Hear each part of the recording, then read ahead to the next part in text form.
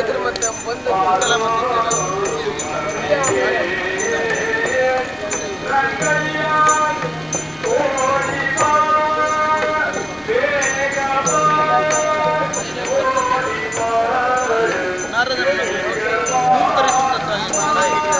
ಕೆಂಡವೇ ಆಗಲಿ ಅಟ್ಟ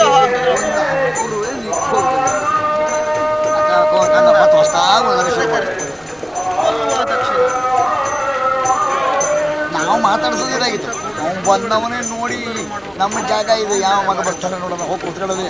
ಮೇಲೆ ಕಂದಕೊಂಡು ಏನಾದ್ರು ಪುಸ್ತಕಾಯಿಸಿ ಅವ್ನು ಏನಾದ್ರು ಮಾಡಿ ಊರ್ಕೊಂಡು ಹೆಂಗಾರು ಇದು ಮಾಡಿ ಅವ್ನು ಒಬ್ಬರಿಗೆ ಎಬ್ಸೋದು ಎಲ್ಲ ಓಳೈಸಿ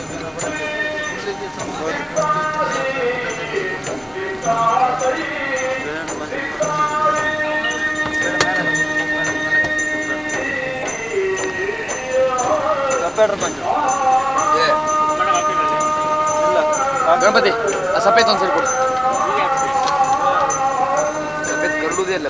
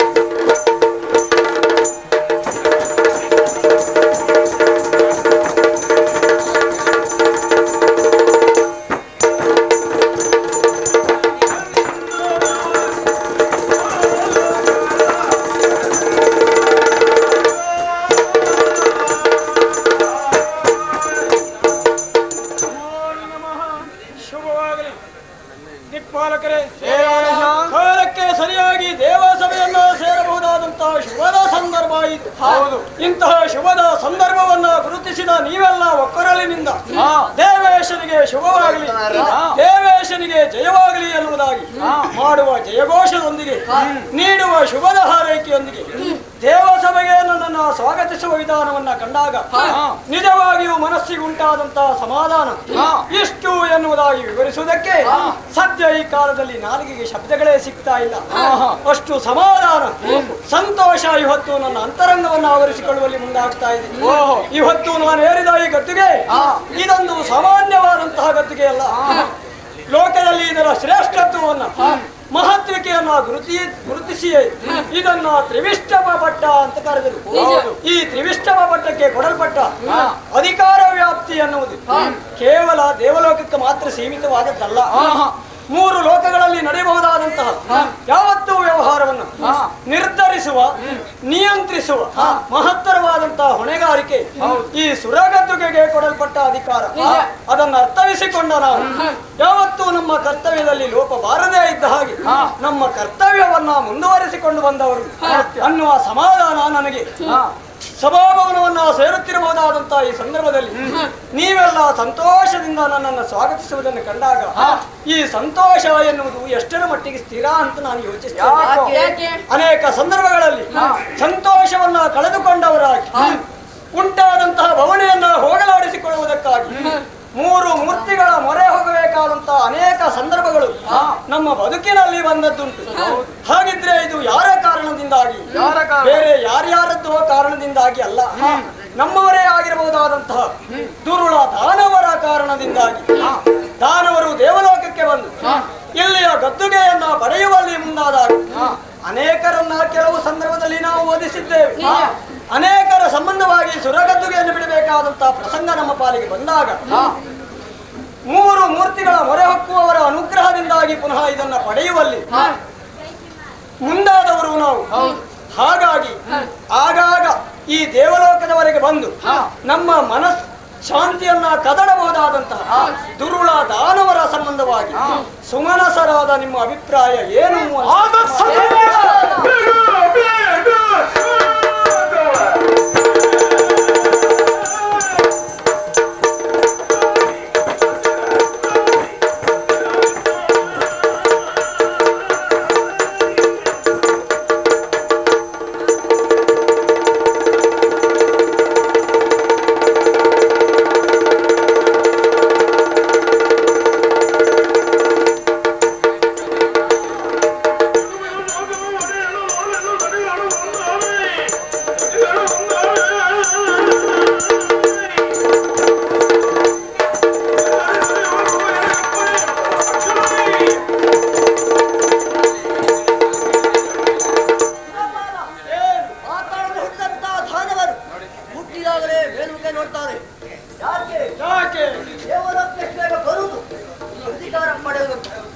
ಅದೆಷ್ಟೋ ಮಂದಿ ದಹನವರು ಈ ದೇವಲೋಕ ಪ್ರವೇಶ ಮಾಡುತ್ತಾರೆ.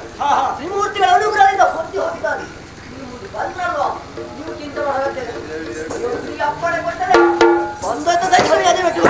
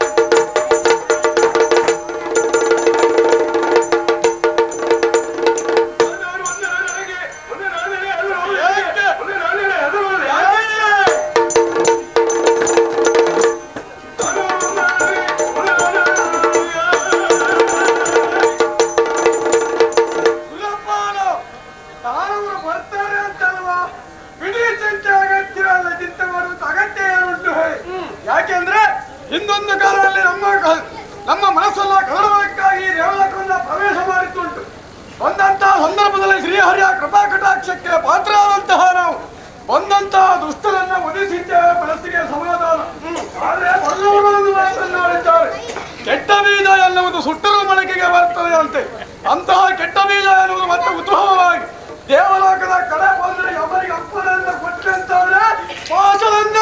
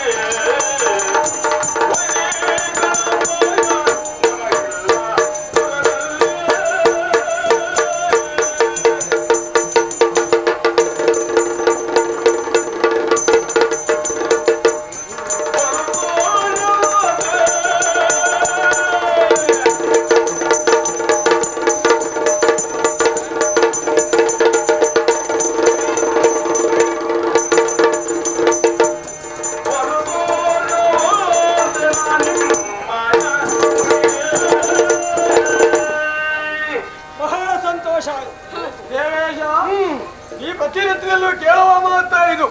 ಆದ್ರೆ ಈಗ ನಮ್ಮ ಮಾತನ್ನ ಕೇಳಿದಾಗ ಸಂತೋಷ ಆಯ್ತು ಅಂತ ಹೇಳಿದ್ರೆ ಯಾಕೆ ಅಂತ ನಮ್ಗೆ ಗೊತ್ತಾಗ್ಲಿಲ್ಲ. ಪ್ರತಿನಿತ್ಯದಲ್ಲಿಯೂ ನಾನು ಕೇಳುವ ಮಾತು ಇದೆ. ಆದ್ರೂ ಈ ಹೊತ್ತು ನೀವಾಡಿದ ಮಾತಿಗೆ ಫಲುತೋಷವಂತೆ ಎನ್ನುವುದಾಗ ಆಡುವುದಕ್ಕೆ ಕಾರಣ ಇಲ್ಲದೆ ಕೇಳಿದ ಪ್ರಶ್ನೆ ಯಾವುದು? ಎಲ್ಲಿಯಾದರೂ ದುರುಳ ರಕ್ಕಸರು ದೇವಲೋಕವನ್ನು ಅತಿಕ್ರಮಿಸಿದರೆ ತತ್ಸಂಬಂಧವಾಗಿ ನೀವೆಲ್ಲ ಮಾಡುವುದೇನು ಎನ್ನುವುದಾಗಿ ಕೇಳಿದ ಪ್ರಶ್ನೆಗೆ ಉತ್ತರಿಸುವಲ್ಲಿ ಮುಂದಾದ ನೀವು ಮಾಡಿದ್ದೇನು? ಸುಲಭ ಬಿಡು ಚಿಂತೆ. ಹೌದಾ? ಮತ್ತೆ ಹಾಗಾಗಿಯೇ ಫಲುತೋಷವಂತೆ ಎನ್ನುವ ಮಾತು ನನ್ನ ಬಾಯಿಗೆ ಹೊರಡುವ ಸಾರ್ಥಕ ಆಯ್ತು ನೋಡು. ಯಾಕೆ ಚಿಂತೆ ಆವರಿಸಿ ಕೇಳಿದ ಪ್ರಶ್ನೆಯಂತೂ ಖಂಡಿತ ಇದು ಅಲ್ವೇ ಅಲ್ಲ. ಚಿಂತಿಸಬೇಕಾದಂತಹ ಸಂದರ್ಭವನ್ನು ನಮ್ಮ ಪಾಲಿಗೆ ಬರುವುದಕ್ಕೂ ಸಾಧ್ಯ ಇಲ್ಲ. ಯಾಕೆಂದ್ರೆ ಮೂರು ಮೂರ್ತಿಗಳ ಅನುಗ್ರಹದಿಂದಾಗಿ ಕೊಡಲ್ಪಟ್ಟ ಗದ್ದುಗೆ ಯಾರು ಒಬ್ಬಾತನಿಗೆ ಒಂದು ಗದ್ದುಗೆಯನ್ನು ಕೊಡುವ ಯೋಗ್ಯತೆಯನ್ನು ಹೊಂದಿರ್ತಾರೆ ಅಂತವರಿಗೆ ಕೊಟ್ಟ ಗದ್ದುಗೆ ಸ್ಥಿರವಾಗಿ ಉಳಿಯುವ ಹಾಗೆ ನೋಡಿಕೊಳ್ಳಬೇಕಾದ ಹೊಣೆಗಾರಿಕೆ ಇರ್ತದೆ ಇಲ್ವೋ? ಅಂದಾಗ ಈ ಸುರಗದ್ದುಗೆಯನ್ನು ನಮ್ಮ ಪಾಲಿಗೆ ತ್ರಿಮೂರ್ತಿಗಳು ಅನುಗ್ರಹಿಸಿದ್ದಾರೆ. ಇದು ನಮ್ಮ ಪಾಲಿಗೆ ಸ್ಥಿರವಾಗಿ ಉಳಿಯುವ ಹಾಗೆ ನೋಡಿಕೊಳ್ಳಬೇಕಾದ ಹೊಣೆಗಾರಿಕೆ ಆ ತ್ರಿಮೂರ್ತಿಗಳಿಗೆ ಇದೆ ಅಂತಾದ್ರೆ ಮತ್ತೆ ಈ ಗದ್ದುಗೆ ಸಂಬಂಧವಾಗಿ ನಾನು ಯಾಕೆ ಚಿಂತೆ ಮಾಡಬೇಕು? ಹಾಗಾಗಿ ಫಲುತೋಷವಂತೆ ಎನ್ನುವುದಾಗಿ ಮತ್ತೆ ನಿಜವಾಗಿ ಒಂದು ಮಾತು ಹೇಳ, ಏನು ಮಾಡುತ್ತೀರಿ ಅನ್ನುವುದನ್ನು ನಿಮ್ಮಲ್ಲಿ ಕೇಳಿಯೇ ನಾನು ತಿಳಿದುಕೊಳ್ಬೇಕು. ನೋಡುತ್ತೀರಿ ಏನು ಮಾಡ್ತೀರಿ ಎನ್ನುವುದನ್ನು ಅನೇಕ ಸಂದರ್ಭದಲ್ಲಿ ನಾನು ಕಂಡವನಲ್ಲ. ದುರುಳ ರಕ್ಕಸರು ದೇವಲೋಕವನ್ನ ಅತಿಕ್ರಮಿಸುವುದಕ್ಕಾಗಿ ಬರ್ತಾ ಇದ್ದಾರೆ ಅನ್ನುವ ವರ್ತಮಾನವನ್ನು ಕೇಳಿದ ಆ ಕ್ಷಣದಲ್ಲಿ ಈ ಸುರಲೋಕವನ್ನ ಬಿಟ್ಟು ಓಡುವ ನೀವು ಮತ್ತೆ ರಕ್ಕಸರು ಬಂದ್ರೆ ಏನ್ ಮಾಡ್ತೀರಿ ಅಂತ ಕೇಳಿ ತಿಳಿದುಕೊಳ್ಬೇಕು. ದೇವೇಶ, ನಾವ್ ಯಾಕೆ ಓಡಿದ್ದೇವೆ ಗೊತ್ತಾ? ನೀನು ಮುಂದೋಡಿದ್ಯಲ್ಲ, ನೀನ್ ಮುಂದೋಡಿದ್ಯಾ, ನಾವು ಹಿಂದಿನಿಂದ ಓಡಿ ಬಂದಿದ್ದೇವೆ. ಅಲ್ಲ, ಮಾತಾಡು ಮಾತಾಡು. ನಾವು ಓಡುವುದಕ್ಕೂ ಉಂಟು. ಸುರರೊಡೆಯನಾದ ನಾನೇ ರಕ್ಕಸರು ಬಂದ ವರ್ತಮಾನವನ್ನು ಕೇಳಿ ಸ್ಥಳ ಬಿಟ್ಟೆ, ಆ ಕಾರಣಕ್ಕಾಗಿ ನೀವು ಓಡಿದ್ದ. ಹೌದು, ಹಾಗಂತ ನಾನು ಓಡುವುದಕ್ಕೆ ಕಾರಣ ಇಲ್ಲದೆ ಇಲ್ಲ. ಏನು ಹೇಗೂ ರಕ್ಕಸರು ಬಂದ್ರೆ ದೇವತೆಗಳಾದ ನೀವು ಓಡ್ತೀರಿ, ಹೌದಾ? ಓಡಬಹುದಾದಂತಹ ನಿಮಗೆ ಓಡುವ ಕಾಲದಲ್ಲಿ ಮಾರ್ಗ ತಪ್ಪದೇ ಇರಲಿ ಅನ್ನುವ ಕಾರಣಕ್ಕಾಗಿ ನಿಮಗೆ ದಾರಿ ದೊಡ್ಡವರು ಓಡುವುದಕ್ಕೆ ಒಂದು ಕಾರಣ ಇರ್ತದೆ ಅಂತ ಆಯ್ತು. ನೀವು ದೊಡ್ಡವರಲ್ವಾ, ನಮ್ಮನ್ನ ರಕ್ಷಿಸುವುದಕ್ಕಾಗಿ ನೇರವಾಗಿ ಮುಂದುವರಿದ್ದೀರಿ. ನಿಮ್ಮ ಜೊತೆಯಲ್ಲಿ ನಾವು ಬಂದಿದ್ದೇವೆ. ಹೌದು, ಇದು ವಿನೋದಕ್ಕಾಗಿ ಆಡಿದ ಮಾತು. ಅನೇಕರು ಲೋಕದಲ್ಲಿ ಹಾಗೆ ಮಾತಾಡುವುದು. ರಕ್ಕಸರು ಬಂದಾಗ ಸುಮನಸರು ಬೆದರಿ ಓಡ್ತಾರೆ. ಖಂಡಿತ ನಾವು ರಕ್ಕಸರಿಗೆ ಅಂಜಿ ಓಡುತ್ತಲ್ಲ. ಹಾಗಿದ್ರೆ ನಾವು ಓಡುವುದಕ್ಕೆ ಉದ್ದೇಶ ಇಲ್ಲದೆ ಇಲ್ಲ. ಏನೇ ಆದ್ರೂ ಇಲ್ಲಿಗೆ ಬರಬಹುದಾದಂತಹ ರಕ್ಕಸರು ತಮ್ಮ ಸ್ವಂತ ಬಲದ ಮೇಲೆ ವಿಶ್ವಾಸವನ್ನಿಟ್ಟು ಇಲ್ಲಿಗೆ ಬಂದದ್ದಿದ್ರೆ ಅವರನ್ನ ನಾವು ಕೊಂದು ಕಳೆದಿದ್ದೇವೆ. ಮೂರು ಮೂರ್ತಿಗಳಲ್ಲಿ ಒಬ್ಬರ ಅನುಗ್ರಹವನ್ನ ಪಡೆದು ವರಬಲಾನ್ವಿತರಾಗಿ ರಕ್ಕಸರು ಇಲ್ಲಿಗೆ ಬಂದಾಗ ಮಾತ್ರ ಸುರಗದ್ದುಗೆಯನ್ನು ಬಿಟ್ಟಿದ್ದೇವೆ. ಯಾಕೆ? ತ್ರಿಮೂರ್ತಿಗಳಲ್ಲಿ ಒಬ್ಬರಿಂದ ಕೊಡಲ್ಪಟ್ಟ ವರಕ್ಕೆ ಸುಮನಸರಾದ ನಾವು ಮಾನ್ಯತೆ ಕೊಡಬೇಕು ಅನ್ನುವ ಕಾರಣಕ್ಕಾಗಿ ಸುರಗದ್ದುಗೆಯನ್ನು ಬಿಟ್ಟಿದ್ದು. ಆಮೇಲೆ ಮೂರು ಮೂರ್ತಿಗಳ ಅನುಗ್ರಹದಿಂದ ಪುನಃ ಇದನ್ನು ನಾವು ಪಡೆದುಕೊಳ್ಳುವಲ್ಲಿ ಸಾಧ್ಯರಾಗಿದ್ದೇವೆ. ಏನೋ ಸಿಕ್ಕಿದ ಸಂತೋಷದ ಕಾಲದಲ್ಲಿ ನಿಮ್ಮೊಂದಿಗೆ ಹೀಗೆ ಮಾತನಾಡುವ ಅಂತ ಅನಿಸಿತು. ಮಾತನ್ನು ಮುಂದುವರಿಸಿತು. ಕೇವಲ ವಿನೋದದಿಂದಲೇ ಕಾಲ ಕಳೆಯುವುದು ಮಾತ್ರ ನಮ್ಮ ಕಾರ್ಯ ಅಲ್ಲ. ಇವತ್ತು ಲೋಕಪಾಲನೆಯಂತಹ ಮಹತ್ತರವಾದಂತಹ ಹೊಣೆಗಾರಿಕೆ ನಮ್ಮ ಮೇಲಿದೆ. ಈ ಲೋಕಪಾಲನೆಯ ಸಂಬಂಧವಾಗಿ ಹೊಸದೊಂದು ವಿಚಾರವನ್ನ ಇವತ್ತು ನಿಮ್ಮಲ್ಲಿ ತಿಳಿಸಬೇಕು ಅನ್ನುವ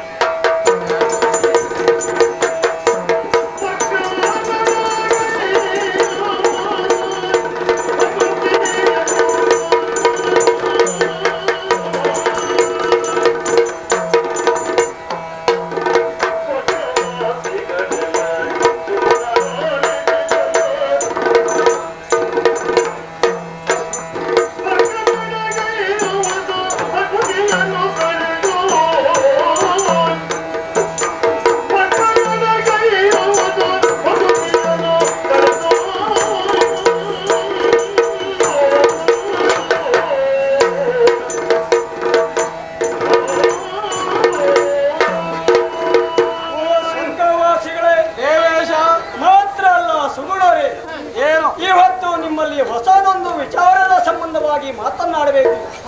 ಆ ಮೂಲಕವಾಗಿ ಲೋಕಕ್ಷೇಮಕಾರಕವಾದಂತಹ ಕಾರ್ಯವನ್ನ ಯೋಚಿಸಿ ಹಣೆದುಕೊಳ್ಳಬೇಕು ಅನ್ನುವಂತಹ ನಿರ್ಣಯಕ್ಕೆ ನಾನು ಬಂದವನು. ಆಗಲೇ ಮತ್ತೇನಲ್ಲ, ಏನು ಇವತ್ತು ನಿಮ್ಮನ್ನೆಲ್ಲ ಕೂಡಿಕೊಂಡು ನೇರವಾಗಿ ಕೈಲಾಸಕ್ಕೆ ಹೋಗಬೇಕು. ಹಾಗಿದ್ರೆ ಕೈಲಾಸಕ್ಕೆ ಹೋಗುವುದು ಯಾಕಾಗಿ? ಕಾರಣ ಇಲ್ಲದೆ ಇಲ್ಲ. ಏನು ಇವತ್ತು ಸ್ವರ್ಗ ಸಿಂಹಾಸನ ಎನ್ನುವುದು ನಮ್ಮ ಪಾಲಿಗೆ ಅನುಗ್ರಹದಿಂದಾಗಿ ಯಾರು ನಮಗೆ ಈ ಸುರಗದ್ದುಗೆ ಸ್ಥಿರವಾಗಿ ಉಳಿಯುವ ಹಾಗೆ ಸಹಕರಿಸಿದ್ದಾರೆಯೋ ಅವರ ಸಂಬಂಧವಾದಂತಹ ಉಪಕಾರ ಸ್ಮರಣೆಯ ಭಾವನೆಯನ್ನು ಅಭಿವ್ಯಕ್ತಪಡಿಸಬೇಕಾದದ್ದು ನಮ್ಮ ಪಾಲಿನ ಆದ್ಯ ಕರ್ತವ್ಯ. ಜೊತೆಯಲ್ಲಿ ಇವತ್ತು ಲೋಕಪಾಲಕರಾದಂತಹ ನಾವು ಲೋಕಕ್ಷೇಮಕ್ಕಾಗಿ ಯಾವೆಲ್ಲ ಕಾರ್ಯವನ್ನ ಕೈಗೊಳ್ಳಬೇಕು, ಯಾವೆಲ್ಲ ಕಾರ್ಯವನ್ನ ಕೈಗೊಳ್ಳದೇ ಇರಬೇಕು, ಇದನ್ನು ನಮ್ಮಲ್ಲಿಯೇ ನಾವು ಯೋಚಿಸಿ ತೀರ್ಮಾನಿಸುವುದಲ್ಲ. ವಿಶೇಷವಾಗಿ ಮಹಾಸಭೆಯೊಂದನ್ನ ಕರೆದು ಆ ಸಭೆಯಲ್ಲಿ ಅನೇಕ ಮಾನ್ಯ ಮಹನೀಯರನ್ನೆಲ್ಲ ಒಂದುಗೂಡಿಸಿ ಲೋಕ ಕಲ್ಯಾಣಾರ್ಥವಾಗಿ ಶ್ರಮಿಸಬಹುದಾದಂತಹ ಅನೇಕ ಗಣ್ಯ ವ್ಯಕ್ತಿಗಳನ್ನ ಒಂದುಗೂಡಿಸಿ ಲೋಕಕ್ಷೇಮಕ್ಕಾಗಿ ಸುಮನಸರಾದ ನಾವು ಏನು ಮಾಡಬೇಕು, ಏನು ಮಾಡದೇ ಇದ್ರೆ ನಾವು ಲೋಕಕ್ಷೇಮ ಉಂಟಾಗುತ್ತದೆ ಎನ್ನುವುದನ್ನ ಅಳೆದು ತಿಳಿಯುವುದಕ್ಕಾಗಿ ಮಹಾಸಭೆಯೊಂದನ್ನ ಏರ್ಪಡಿಸಬೇಕು. ಆ ಸಭೆಯಲ್ಲಿ ತ್ರಿವೇಣಿ ಸಂಗಮದಲ್ಲಿ ಹಾಗಿದ್ರೆ ಹೀಗೊಂದು ಸಭೆ ಏರ್ಪಡಬೇಕು ಅಂತಾದ್ರೆ, ಸಭೆಯ ಕಾರ್ಯಕ್ರಮ ಸಾಂಗವಾಗಿ ನಡೆಯಬೇಕು ಅಂತಾದ್ರೆ ಸಭಾಧ್ಯಕ್ಷರಾದವನು ಯೋಗ್ಯನಾದವನು ಬೇಕೋ ಬೇಡವ? ಅಗತ್ಯವಾಗಿ ಬೇಕು. ಹಾಗಿದ್ರೆ ಲೋಕಕ್ಷೇಮಕ್ಕಾಗಿ ನಡೆಯಬಹುದಾದಂತಹ ಈ ಮಹಾಸಭೆಗೆ ಯೋಗ್ಯರಾದಂತಹ ಅಧ್ಯಕ್ಷರು ಯಾರು ಎನ್ನುವುದಾಗಿ ಯೋಚಿಸಿದಾಗ ಲೋಕಕ್ಕೆ ಶುಭವನ್ನುಂಟು ಮಾಡಬಹುದಾದಂತಹ ಶುಭಂಕರ ನೆನೆಸಿದ ಶಂಕರನೇ ಇದಕ್ಕೆ ಯೋಗ್ಯ ಎನ್ನುವ ತೀರ್ಮಾನಕ್ಕೆ ಬಂದಿದ್ದೇವೆ.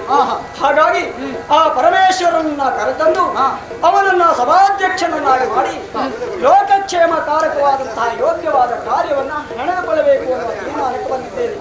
ಬಹುತೇಕ ಇದನ್ನೆಲ್ಲ ಸುಮನಸರಾದ ನೀವೆಲ್ಲ ಅನುಮೋದಿಸ್ತೀರಿ, ಸಮ್ಮತಿಸ್ತೀರಿ ಎನ್ನುವುದಾಗಿ ಭಾವಿಸಿದವನು. ಹೇಗೆ ಇಲ್ಲಿಯವರೆಗೆ ಪರಮೇಶ್ವರನನ್ನ ಕರೆತರುವುದಕ್ಕೆ ನಿಮಗೆಲ್ಲ ಒಪ್ಪಿಗೆ ತಾನೇ?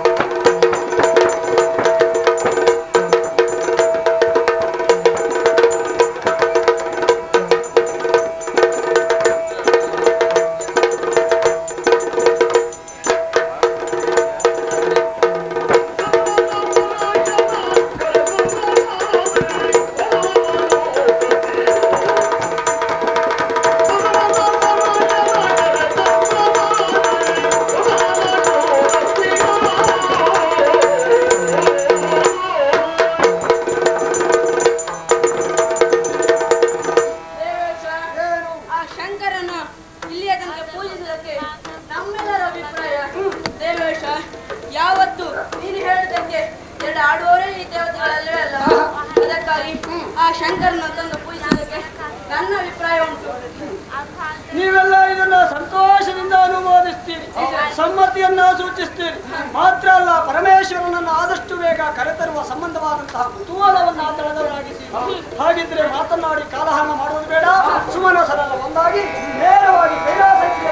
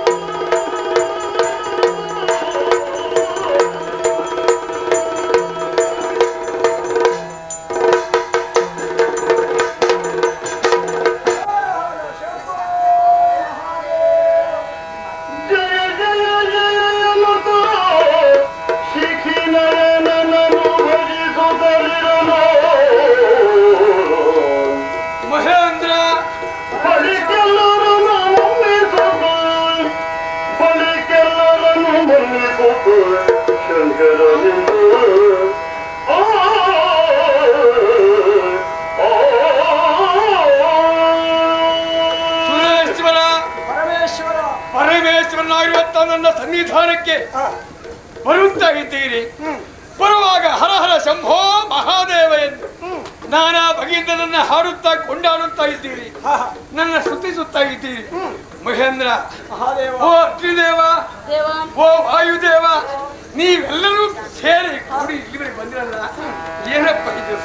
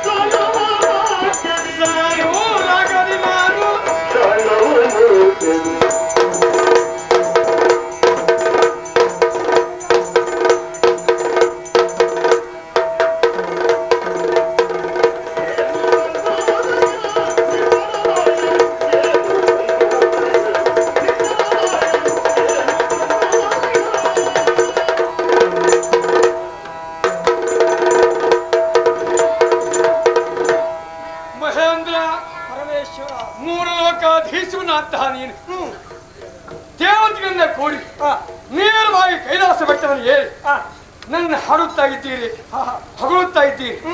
ಮಹೇಂದ್ರ ದೇವ, ಕಾರಣ ಇಲ್ಲದೆ, ಉದ್ದೇಶ ಇಲ್ಲದೆ ನಿನ್ನ ನಿರಂತ ಮಹಾನುಭಾವ ಎಲ್ಲಿಗೂ ಹೋಗುವ ಹಾಗಿಲ್ಲ, ಎಲ್ಲಿಗೂ ಬರುವ ಹಾಗಿಲ್ಲ. ಯಾವ ಉದ್ದೇಶ ಹೊರೆಯನ್ನು ಹೊತ್ತು ನೀನು ಇಲ್ಲಿಯವರೆಗೆ ಬಂದಿರಬಹುದು ಎಂದು ನನ್ನನ್ನೇ ಬಹಳ ಯೋಚನೆ ಮಾಡ್ತಾ ಇದ್ದೇನೆ. ಮಹೇಂದ್ರ ದೇವ, ಈ ಕಾಲ ಯಾವುದು, ಈ ಸಮಯ ಸಂದರ್ಭ ಯಾವುದು? ಪರಮ ಶಿವ ಪ್ರದೋಷ ಕಾಲದಲ್ಲಿ ತಾಂಡವನ್ನು ಹಾಕಿದ್ದಾರೆ, ಪ್ರಪಂಚವನ್ನು ಮರೆತಾ ಇರುತ್ತಾರೆ ಇರುವಂತಹ ವಿಚಾರ ನಿಮಗೆ ಗೊತ್ತಿರುವೆ. ಗೊತ್ತಿದ್ದು ಸಹ ಈ ತನ್ಮತ್ತೆ ನನ್ನ ಪಡೆದೆಪ್ಪಿಸಿದೆಯಲ್ಲ, ನನ್ನ ಆತ್ಮಗೆ ತಂತಿಯನ್ನು ಮೀಟಿ ಎಚ್ಚರಾಗು ಎಂದು ನಾನು ಎಬ್ಬಿಸಿಬಿಟ್ಟಿಯಲ್ಲ. ಮಹೇಂದ್ರ, ಯಾವ ಕಾರಣವಾಗಿರಬಹುದು? ಓ ಹೀಗಿರಬಹುದೇ ಎನ್ನುವ ಸಂದೇಹ ಯಾವುದು ಗೊತ್ತಾ? ಹೇಗೆ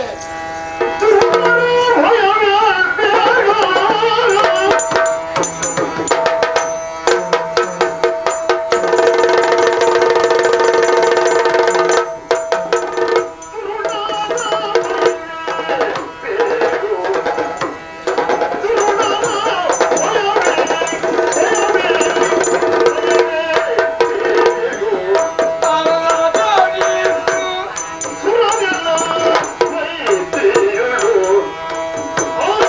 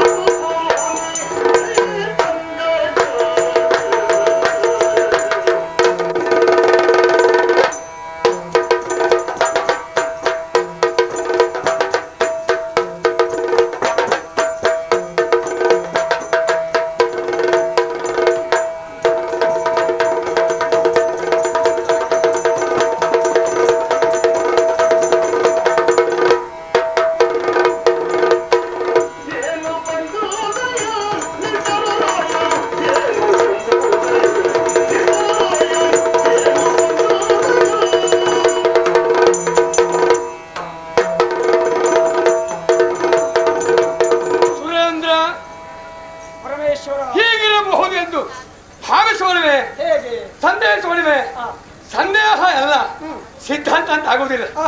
ಆದ್ರೂ ಇದರ ಸಂಬಂಧವಾಗಿ ಸಂದೇಹ ಪಡಬೇಕಾಗುತ್ತೆ. ಯಾಕೆ ಬರಲಿಲ್ಲ, ಆಗಾಗ ಆಯಾ ಸಂದರ್ಭದಲ್ಲಿ ಸುರಲೋಕಕ್ಕೆ ರಾಕ್ಷಸ ಪುಟ್ಟ ಆಗಿಯೇ ಆಗುತ್ತದೆ. ಹೌದಾ? ಸುರಲೋಕವನ್ನು ಕಬಳಿಸಬೇಕೆಂದು ದೌತ್ಯ ಶಕ್ತಿ ಮೇಲೆ ಏನು ಬರುತ್ತದೆ. ಆ ಸಮಯದಲ್ಲಿ ಹೆದರಿ ಕಂಗಾಲಾಗಿ ಭೀತಿ ಬಿಟ್ಟು ಓಡುತ್ತೀಯ ನೀನು. ಆದ್ರೆ ಎಲ್ಲರೂ ಓಡಿದ ಹಾಗಲ್ಲ. ನಿನಗೆ ಓಡುವುದಕ್ಕೆ ನಿರ್ದಿಷ್ಟವಾದ ಒಂದು ಸ್ಥಳ ಇದೆ, ಒಂದು ದಾರಿ ಇದೆ. ಒಂದೇ ಕೈಲಾಸ ದಾರಿ, ಇನ್ನೊಂದು ವೈಕುಂಠ ದಾರಿ, ಇನ್ನೊಂದು ಬ್ರಹ್ಮದೇವರ ದಾರಿ. ಈ 3 ದಾರಿಯನ್ನು ಹಿಡಿದು ನೀವು ಬರುವಾಗ ಆ ದಾರಿಯನ್ನು ಯಾವಾಗಲೂ ತಪ್ಪಲಿಕ್ಕಿಲ್ಲ. ನಾವು 3 ದಾರಿಯನ್ನೇ ಮುಖ್ಯವಾಗಿ ಇಟ್ಟುಕೊಂಡಿದ್ದೇವೆ. ಯಾಕೆ? ಕಾರಣ ಇಲ್ಲದೆ ಇಲ್ಲ.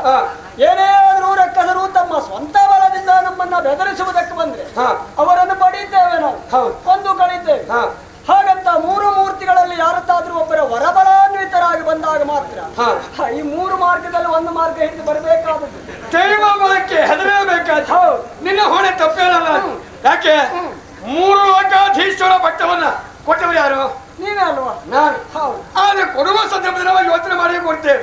ಇವ ಯಾವ ಕಾಲದಲ್ಲಿ ಅಲ್ಲಿಯೇ ಉಳಿಬೇಕು, ಯಾವ ಕಾಲದಲ್ಲಿ ಆ ಸ್ಥಳ ಬಿಡಬೇಕು, ಇವ ಸ್ಥಳಾಂತರ ಆಗಬೇಕು ಎಂದು ಯೋಚನೆ ಮಾಡಿ ನಾವು ಕೊಡ್ತೇವೆ. ಹಾಗೆ ಯೋಚನೆ ಈ ಪ್ರಪಂಚದ ಕೇಂದ್ರ ಶಕ್ತಿಯನ್ನ ಸುಮ್ಮನೆ ಅಧಿಕಾರ ಕೊಡುವುದಿಲ್ಲ. ನಮ್ಮಷ್ಟೇ ಸ್ಥಳಾಂತರ ಮಾಡಿದವರು ಲೋಕದಲ್ಲಿ ಮತ್ತೊಬ್ಬರು ಸಿಗ್ಲಿಕ್ಕೆ. ಹಾಗಾಗಿ ಸ್ಥಳಾಂತರ ಮಾಡಿದ್ರು ಹೊರಗೆ ಬಂದು ಮುಟ್ಟಲು ಅಲ್ಲೇ ಅಲ್ವಾ ನೀನು? ನಮ್ಮ ಅನುಗ್ರಹಕ್ಕೆ ಪಾತ್ರರಾಗಿ ಮಹೇಂದ್ರ. ಹಾಗಾಗಿ ರಾಕ್ಷಸರ ಬಾಧೆ ಇರಬಹುದೇ, ತರ್ಕಿಸೋಣವೇ? ಅದಕ್ಕೂ ಅನುಕೂಲತೆ ಇಲ್ಲ. ಮುಖ ಬಾಡಿಲ್ಲ, ಕಣ್ಣೀರು ಬಿಡಿದಿಲ್ಲ, ದೇಹ ಬಸವಳಿಲ್ಲ. ಅಯ್ಯೋ ಅಯ್ಯೋ ಕೆಟ್ಟ ಕೂಗು ನಿಮ್ಮ ಬಾಯಿಂದ ಬರಲಿಲ್ಲ ಅಂದ ಮೇಲೆ ರಾಕ್ಷಸರ ಕಾಟ ಇರ್ಲಿಕ್ಕಿಲ್ಲ. ಹಾಗಾದ್ರೆ ಹೀಗಿರಬಹುದೇ? ಹೇಗೆ? ಸುಮನಸ್ಸು, ಒಳ್ಳೆಯ ಮನಸ್ಸವರು.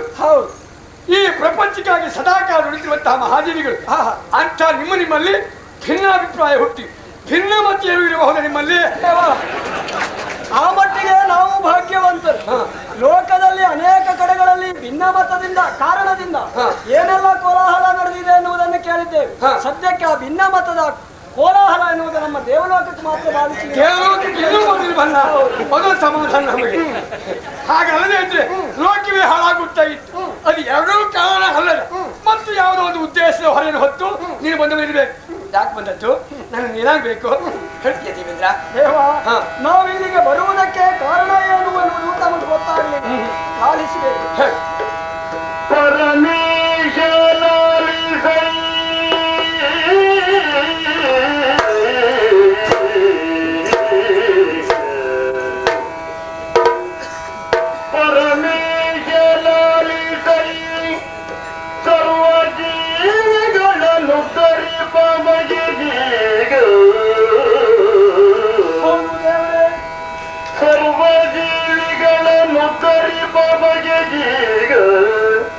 ನೆರಗಿ ಪ್ರಾಜ್ಞರ ನೇಮದಿ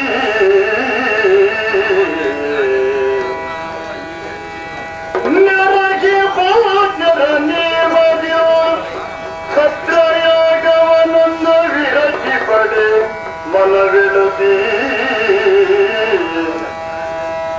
ಸತ್ರಯಾಗವನನ್ನು ವಿರಚಿ ಪಡೆ ಮನವಿಳದಿ ಕರೆಯ ಬಂದಿಗೆನು ಮನವೆಳದಿ ಕರೆಯ ಬಂದಿಗೆಂದು ಸಭೆಗೊಡೆಯನಾಗಿ ನೀ ನಡೆಸಿದ್ದು ಸಭೆಗೊಡೆಯನಾಗಿ ನೀ ನಡೆಸೋ ಪರಮೇಶ ಲಾಲಿಸೈ. ಪರಮೇಶ್ವರ, ಸುರೇಶ್ವರ, ಲೋಕಪಾಲನೆಯ ಮಹತ್ತರವಾದಂತಹ ಹೊಣೆಗಾರಿಕೆಯನ್ನ ನಮ್ಮ ಪಾಲಿಗೆ ಕೊಟ್ಟವರು ತಾವು. ತಮ್ಮಿಂದ ಕೊಡಲ್ಪಟ್ಟಂತಹ ಈ ಲೋಕಪಾಲನೆಯ ಕಾರ್ಯದಲ್ಲಿ ಯಾವತ್ತೂ ನ್ಯೂನಬಾರದೆ ಇದ್ದ ಹಾಗೆ ನೋಡಿಕೊಳ್ಳಬೇಕಾದಂತಹ ಕರ್ತವ್ಯ ನಮ್ಮದ್ದು ಎನ್ನುವುದನ್ನು ತಿಳಿದವರು ನಾವು. ಹಾಗಿದ್ರೆ ಈ ಲೋಕಪಾಲನೆಗಾಗಿ ದೇವತೆಗಳಾದಂತಹ ನಾವು ಏನೆಲ್ಲವನ್ನ ಮಾಡಬೇಕು, ಏನೆಲ್ಲವನ್ನ ಮಾಡದೇ ಇರಬೇಕು ಅನ್ನುವುದನ್ನು ಮುಖ್ಯವಾಗಿ ತಿಳಿದುಕೊಳ್ಳಬೇಕು. ಹಾಗೆ ಅದನ್ನು ತಿಳಿದುಕೊಳ್ಳಬೇಕು ಅಂತಾದ್ರೆ ಕೇವಲ ಸುಮನಸರಾದ ನಾವು ನಮ್ಮಲ್ಲಿಯೇ ಅದನ್ನ ಚರ್ಚಿಸಿ ಒಂದು ನಿರ್ಣಯಕ್ಕೆ ಬರುವುದಕ್ಕೆ ಸಾಧ್ಯ ಇಲ್ಲ ಅನ್ನುವ ತೀರ್ಮಾನಕ್ಕೆ ಬಂದೆ.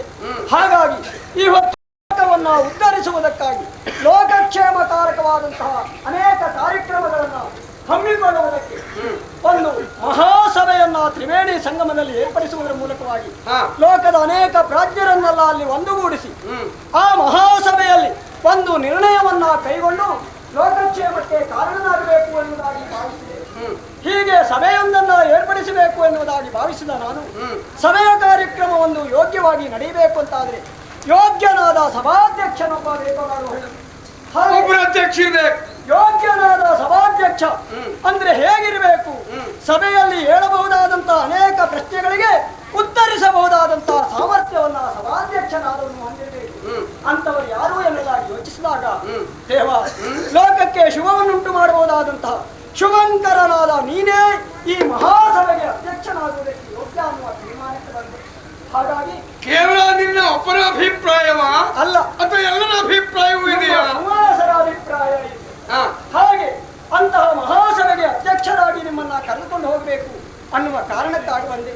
ನಮ್ಮ ಬೇಡಿಕೆಗೆ ಹೋಗೊಟ್ಟು ತಾವು ದಯಮಾಡಿ ಅಲ್ಲಿಯವರೆಗೆ ಬಂದು ಸಭಾಧ್ಯಕ್ಷ ಸ್ಥಾನವನ್ನು ಅಲಂಕರಿಸುವುದರ ಮೂಲಕವಾಗಿ ನಾನು ಹಮ್ಮಿಕೊಂಡ ಕಾರ್ಯಕ್ರಮ ಸಾಂಗವಾಗಿ ನಡೆಯುವುದಕ್ಕೆ ಅನುಸರಿಸಬೇಕು. ಮಹೇಂದ್ರ ಎಂದು ಮಾಡಿದ ಪುರಂದರ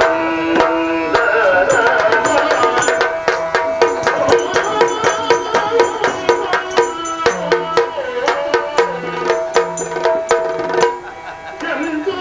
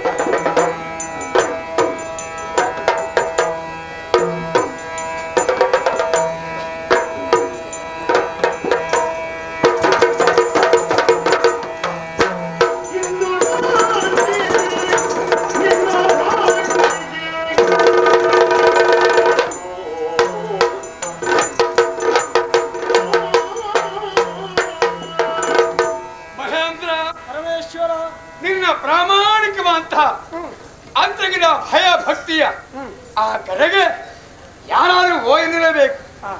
ಮಹೇಂದ್ರ ಮಹಾದೇವ, ನಿನ್ನ ಸ್ವಾರ್ಥಕ್ಕಾಗಿ ಅಲ್ಲ, ಕೇವಲ ಸುರಲೋಕದ ಉದ್ಧಾರಕ್ಕಾಗಿ ಅಲ್ಲ, ಸಮಸ್ತ ಪ್ರಪಂಚದ ಕಲ್ಯಾಣ ಮಹೋತ್ಸವ ಎಣಿಸಿ ಉಳಿಸಿ ಆ ಸಂಬಂಧವಾಗಿ ನಡೆಯಲಿರುವ ಪವಿತ್ರವಾದ ಸಭೆ, ಆ ಸಭೆಗೆ ನಾನು ಅಧ್ಯಕ್ಷ. ತಾವು ಅಧ್ಯಕ್ಷರು, ನಾನು ಆಗ್ಬೇಕು. ಇನ್ನು ನಿನ್ನ ಒಬ್ಬರದ್ದೇ ಬೈಕ್ಯ ಎಲ್ಲರದ್ದು ಉಂಟ ಅಲ್ಲ, ಸುಮನಸರೆಲ್ಲ ಒಟ್ಟಾಗಿ ಅಭಿಪ್ರಾಯಕ್ಕೆ ಬಂದದ್ದು. ಏಕಪಕ್ಷೀಯವಂತಹ ಮಾತ ಅಲ್ವಲ್ಲ ಇದು. ಅಲ್ಲ, ಎಲ್ಲರೂ ಕೂಡಿ ಸೇರಿ ನಿರ್ಧಾರಕ್ಕೆ ಈ ಅಧಿಕಾರ ನಮಗೆ ಕೊಡ್ಬೇಕಂತ ಬಂದ್ರ. ಈ ಅಧಿಕಾರ ಸ್ವೀಕಾರ ಮಾಡುವಾಗ ಬಹಳ ಯೋಚನೆ ಮಾಡ್ಬೇಕು. ಈ ಪ್ರಪಂಚದಲ್ಲಿ ಅಧಿಕಾರದ ದಾಹ, ಆ ಹಪಹಪಿಕೆ ಹೆಚ್ಚಾಗಿ ಹೋಗಿದೆ. ಅನೇಕರು ಇರ್ತಾರಪ್ಪ. ಹೌದಾ? ಅಧಿಕಾರಕ್ಕಾಗಿಯೇ ಜೊಲ್ಲು ಸುರಿಸುವವರು ಇರ್ತಾರೆ. ಹೌದಾ? ಆ ಅಧಿಕಾರವನ್ನು ಏರಿದ ಮೇಲೆ ನಾವು ಎಲ್ಲಿದ್ದೇವೆ ಎಂಬುದು ಗೊತ್ತಿಲ್ಲ. ಕೇವಲ ನಮ್ಮ ಕೊಳೆ ಕುಟುಂಬದ ಉದ್ಧಾರಕ್ಕಾಗಿ ಮಾತ್ರ ಪ್ರಯತ್ನ ಪಡುವರಿದ್ದಾರೆ. ಈ ಜೊಲ್ಲು ಸುರಿಸುವವರಿಗೆಲ್ಲ ಅಧಿಕಾರ ಸಿಕ್ಕಿದ್ರೆ ಆಗುದು. ಹೌದಾ? ನೋಡಿ, ಅಧಿಕಾರಕ್ಕೆ ನಾವು ಬರ್ತೇವೆ, ನಮಗೆ ಅನುವು ಮಾಡಿಕೊಡಿ ಎಂದು ಕೇಳುವವರಿದ್ದಾರೆ, ಬೇಡುವವರಿದ್ದಾರೆ. ಪಟ್ಟ ಏರುತ್ತಾರೆ, ಪಟ್ಟ ಏರಿದ ಮೇಲೆ ಕೊಟ್ಟಿರುವ ಆಶ್ವಾಸನೆ ಮೇಲೆ ಬರ್ತೇ ಬಿಡ್ತಾರೆ. ಹೌದಾ? ದೇಶ ಬೇಕಾದ್ರೆ ಹತ್ತಿ ಉರಿಯ 1000 ಜನ ಹಾಳಾಗಿ 1000 ಮನೆ ಬೀಳಿ, ಆದ್ರೆ ಅವರೇ ಅಧಿಕಾರ ಮಾತ್ರ ಏನು ತೊಂದರೆ ಆಗುದಿಲ್ಲ. ಹಾಗಾಗಿ ಆ ಸಂಬಂಧವಾಗಿ ಬಹಳ ಯೋಚನೆ ಮಾಡುತ್ತಾ ಎಲ್ಲರೂ ಕಾಲಹರಣ ಮಾಡ್ತಾ ಇದ್ದಾರೆ. ಎಲ್ಲರ ಹಾಗೆ ನಾವು ಆಗಬಾರ್ದಲ್ಲ.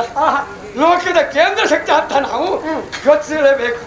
ಆದ್ರಿಂದ ಈ ಲೋಕಕ್ಕೆ ಯಾವುದು ಬೇಕು, ಯಾವುದು ಬೇಡ, ಯಾವುದು ಒಳ್ಳೆಯದು, ಯಾವುದು ಕೆಟ್ಟದ್ದು, ಯಾವುದು ಬೇಕು ಬೇಡ ಎನ್ನುವ ಸಿದ್ಧಾಂತ ಕೇವಲ ನಮ್ಮ ಒಬ್ಬರಲ್ಲೇ ಆದ್ರೆ ಆಗುವುದಿಲ್ವಲ್ಲ. ಸೇರಿದ ಸಭಾ ಸದಸ್ಯರಲ್ಲಿ ಯಾರಿಗೂ ಆ ಸಂಬಂಧವಾಗಿ ಮಾತನಾಡುವುದಕ್ಕೆ ಜಿಜ್ಞಾಸೆ ಏರ್ಪಡ್ಬೇಕು. ಆ ಏರ್ಪಡಿರುವಂತಹ ಪವಿತ್ರವಾದ ಸಭೆಗೆ ಖಂಡಿತವಾಗಿ ನಾನು ಅಧ್ಯಕ್ಷ ಸ್ಥಾನ ಏರಲಿಕ್ಕೆ ಬರ್ತೇನೆ. ಹಾಗಿದ್ರೆ ನೇರವಾಗಿ ಆ ಕಡೆ ಹೋಗೋಣ. ಎಲ್ಲಿಗೆ? ತ್ರಿವೇಣಿ ಸಂಗಮ. ಆಯ್ತು, ಹೌದು.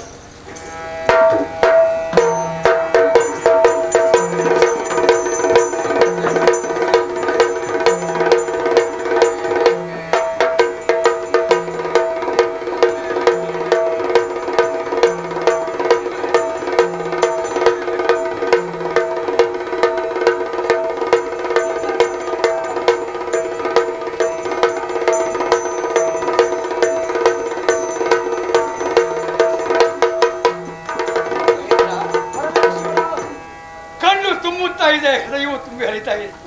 ಯಾಕೆ ಬರಲಿಲ್ಲ? ತುಂಬಿರುವಂತಹ ಈ ಮಹಾಸಭೆಯನ್ನು ಕಂಡಾಗ ಯಾರ ಮನಸ್ಸಿಗೆ ಆನಂದ ಆಗುವುದಿಲ್ಲ ಹೇಳಿ? ಹೌದಾ? ನೋಡು, ವಿದ್ಯಾವಂತರು, ಬುದ್ಧಿವಂತರು, ವಿಮರ್ಶಕರು, ವಿಚಾರವಾದಿಗಳು, ವಿಚಾರವೇತ್ತರು ಎಲ್ಲ ಬಂದು ಸೇರಿದ್ದಾರೆ. ರಾಜ ಋಷಿಗಳು, ಬ್ರಹ್ಮ ಋಷಿಗಳು, ಅದು ಮನು ಮುನಿಗಳೆಲ್ಲ ಸೇರಿದ್ದಾರೆ. ದೇವಾದಿ ದೇವತೆಗಳು ಸೇರಿದ್ದಾರೆ. ಸೂರ್ಯ ಚಂದ್ರನ ಆಕಾರ ತಳೆದು ಅವರು ಸ್ಥಿತರಾಗಿ ನಿಂತಿದ್ದಾರೆ.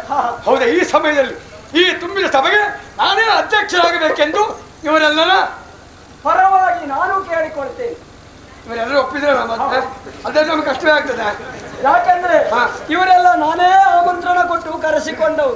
ನನ್ನ ಆಮಂತ್ರಣಕ್ಕೆ ಹೋಗೊಟ್ಟು ಬಂದಿರಬಹುದಾದಂತಹ ಇವರ ಮುಖವನ್ನು ಕಂಡಾಗಲೇ ಸಹಜವಾಗಿ ಅರ್ಥವಾಗುತ್ತದೆ ಇವತ್ತಿನ ಈ ಸಭೆಗೆ ಅಧ್ಯಕ್ಷರಾಗುವವರು ಯಾರು, ಅಧ್ಯಕ್ಷರ ಬಾಯಿಂದ ಬರಬಹುದಾದಂತಹ ಅಮೃತ ತುಲ್ಯವಾದಂತಹ ಮಾತುಗಳನ್ನು ಕೇಳಬೇಕು ಅನ್ನುವಂತಹ ಆಸಕ್ತಿಯನ್ನು ತಳೆದು ಕುಳಿತುಕೊಂಡವರು. ಓ, ಇವರೆಲ್ಲ ನಮ್ಮ ಬಾಯಿಂದ ಬರಬಹುದಾದ ಅಮೃತವಾಣಿಯನ್ನು ಕೇಳುವ ವಿಚಾರ ಇವರದ್ದು. ಹಾಗಾಗಿ ಯಾರ್ಯಾರು ಎಷ್ಟೆಷ್ಟು ಸಿಗ್ತದ ಅವರವರು ಲಭ್ಯ, ಅವರವರು ಇವಾಗ ಇರಬಹುದಾದಂತಹ ಈ ಅಧ್ಯಕ್ಷ ಪೀಠವನ್ನು ಅಲಂಕರಿಸುವುದರ ಮೂಲಕವಾಗಿ ಸಭೆಯ ಕಾರ್ಯಕ್ರಮವನ್ನು ನೆರವೇರಿಸಿಕೊಡಬೇಕು ಅನ್ನೋದಾಗಿ ಅಧ್ಯಕ್ಷರಾದ ತಮ್ಮಲ್ಲಿ ಕೇಳಿಕೊಳ್ಳುತ್ತೇವೆ.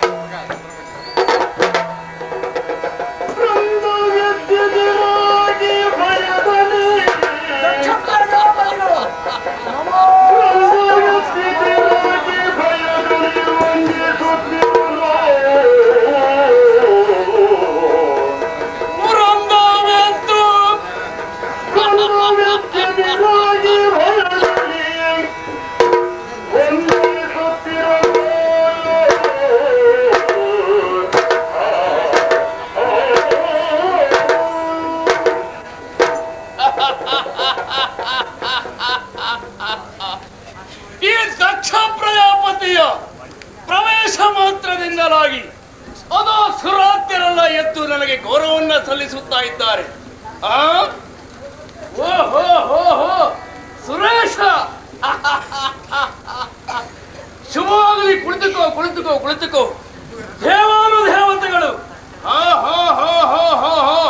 ಕುಳಿತುಕೊಳ್ಳಿ ಕುಳಿತುಕೊಳ್ಳಿ.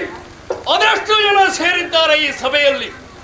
ಇಂತಹ ಸಭೆಯನ್ನ ಕಂಡಾಗ ಎಲ್ಲೆಲ್ಲದ ಹರ್ಷ ಉಂಟಾಗುತ್ತಾ ಇದೆ. ದಕ್ಷನ ಪ್ರವೇಶ ಮಾತ್ರದಿಂದ ಸೇರಿರುವಂತಹ ಸಭಾ ಸದಸ್ಯರ ಎಲ್ಲ ಎದ್ದು ಈ ದಕ್ಷನಿಗೆ ಗೌರವವನ್ನು ಸಲ್ಲಿಸುತ್ತಾ ಇದ್ದಾರೆ. ಅದೆಷ್ಟು ಜನ ಸೇರಿದವರು ಸಾಮಾನ್ಯದವರೇ? ದೇವಾನು ದೇವತೆಗಳು, ಸಿದ್ಧರು, ಸಾಧ್ಯರು, ಗರುಡರು, ಕಿನ್ನರರು, ಕಿಂಪುರುಷರು ಇವರೆಲ್ಲ ಈ ಸಭೆಯಲ್ಲಿ ಸೇರಿದ್ದಾರೆ. ಋಷಿ ಮುನಿಗಳೆಲ್ಲ ಸೇರಿದ್ದಾರೆ. ಮಹಾನ್ ವ್ಯಕ್ತಿಗಳೆಲ್ಲ ಸೇರಿದ್ದಾರೆ. ವಿದ್ಯಾವಂತರು, ಬುದ್ಧಿವಂತರೆಲ್ಲ ಸೇರಿದ್ದಾರೆ. ಇಂತಹ ಸೇರಿರುವ ಈ ಜನ ಸಮೂಹ ಎದ್ದು ನನ್ನನ್ನು ಎದುರುಗೊಳ್ಳುತ್ತಾ ಇದೆ, ಸ್ವಾಗತವನ್ನ ಕೋರುತ್ತಾ ಇದೆ. ನನಗೆ ಸ್ವಾಗತ ಕೊಡುತ್ತಾರೆ ಎಂಬ ಕಾರಣದಿಂದ ಅವರನ್ನೆಲ್ಲ ಮನ್ನಿಸದೆ ನಾನು ಮುಂದಾದೆ ಅಂತಾದ್ರೆ ನನ್ನ ವ್ಯಕ್ತಿತ್ವಕ್ಕೆ ಯಾವ ಬೆಲೆ ಸಿಗುವುದಕ್ಕೆ ಸಾಧ್ಯ? ದೇವತೆಗಳೆಲ್ಲ ಕುಳಿತುಕೊಳ್ಳಿ ಕುಳಿತುಕೊಳ್ಳಿ ಕುಳಿತುಕೊಳ್ಳಿ. ಓ ಹೋ ಹೋ ಹೋ ಹೋ, ನೀವು ಬಂದಿದ್ದೀರಿ ಸ್ವಾಮಿ, ನಮೋ ನಮಃ. ಕುಶಲಿಗಳೇ, ಓ ಹೋ ಹೋ ಸ್ವಾಮಿ, ನೀವು ಬಂದಿದ್ದೀರಾ? ನೀವು ಬರುತ್ತೀರಿ ಎನ್ನುವಂತ ನಿರೀಕ್ಷೆ ನನಗಿರಲಿಲ್ಲ. ಆದರೂ ಬಂದದ್ದು ಬಹಳ ಸಂತೋಷ ಆಯಿತು. ನಿಮ್ಮ ಮನೆಯಲ್ಲೆಲ್ಲ ಕ್ಷೇಮ ತಾನೆ? ಓ ಹೋ ಹೋ, ವೃದ್ಧಾಪ್ಯರು, ವೃದ್ಧಾಪ್ಯ ಆವರಿಸಿದವರು ಬರುವುದಕ್ಕೆ ನಿಮ್ಮಿಂದ ಆಗುವುದಿಲ್ಲ ಎಂಬುದು ನಿಮ್ಮನ್ನ ನೋಡಿದ್ರೆ ಅರ್ಥವಾಗುತ್ತದೆ. ಆದ್ರೂ ಅಭಿಮಾನ ಇಟ್ಟು ಬಂದಿದ್ದೀರಲ್ಲ, ನಮೋ ನಮಃ. ನಿಮ್ಮ ಕುಲ ಕುಟುಂಬದವರೆಲ್ಲ ಆರೋಗ್ಯ ತಾನೇ? ಆರೋಗ್ಯ ಅನ್ನುವುದು ನಿಮ್ಮನ್ನು ನೋಡಿದ್ರೆ ಗೊತ್ತಾಗುತ್ತದೆ. ಇಷ್ಟು ವಯಸ್ಸಾದ ನಿಮಗೆ ಇಷ್ಟು ಆರೋಗ್ಯ ಸರಿ ಉಂಟು, ನಿಮ್ಮನ್ನು ಅನುಸರಿಸಿದವರಿಗೆ ಇನ್ನಷ್ಟು ಆರೋಗ್ಯ ಸರಿ ಇರಲಿಲ್ಲ. ಸ್ವಾಮಿ, ಬಹಳ ಸಂತೋಷ ಆಯ್ತು. ಕುಳಿತುಕೊಳ್ಳಿ ಕುಳಿತುಕೊಳ್ಳಿ. ಓ ಹೋ ಹೋ, ನೀವು ಬಂದಿದ್ದೀರಿ? ಹಾ, ಬನ್ನಿ ಬನ್ನಿ ಬನ್ನಿ ಬನ್ನಿ ಬನ್ನಿ ಬನ್ನಿ ಬನ್ನಿ ಸ್ವಾಮಿ, ಕುಳಿತುಕೊಳ್ಳಿ ಕುಳಿತುಕೊಳ್ಳಿ ಕುಳಿತುಕೊಳ್ಳಿ. ಇವರೆಲ್ಲ ಎದ್ದು ಗೌರವವನ್ನ ಸಲ್ಲಿಸುತ್ತಾ ಇದ್ದೀರಲ್ಲ? ಹಾ, ಕುಳಿತುಕೊಳ್ಳಿ ಕುಳಿತುಕೊಳ್ಳಿ ಕುಳಿತುಕೊಳ್ಳಿ ಕುಳಿತುಕೊಳ್ಳಿ. ದೇವತೆಗಳು, ಸಿದ್ಧರು, ಸಾಧ್ಯರು, ಗರುಡರು, ಕಿನ್ನರರು, ಕಿಂಪುರುಷರು.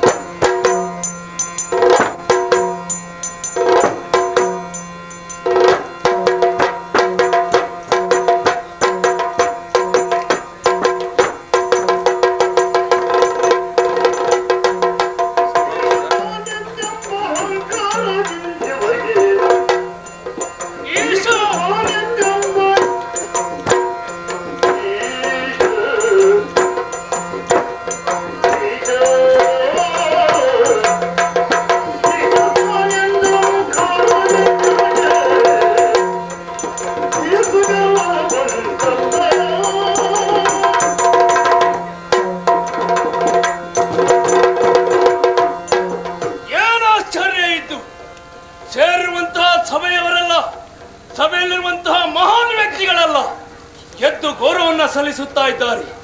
ದಕ್ಷಿಣ ಪ್ರವೇಶ ಮಾತ್ರದಿಂದ ಬರಬೇಕೆಂಬುದಾಗಿ ಸ್ವಾಗತವನ್ನ ಬಯಸುತ್ತಾ ಇದ್ದಾರೆ. ಇಂತಹ ಈ ಸಭೆಯ ಮಧ್ಯದಲ್ಲಿ ಇವನ್ಯಾರು?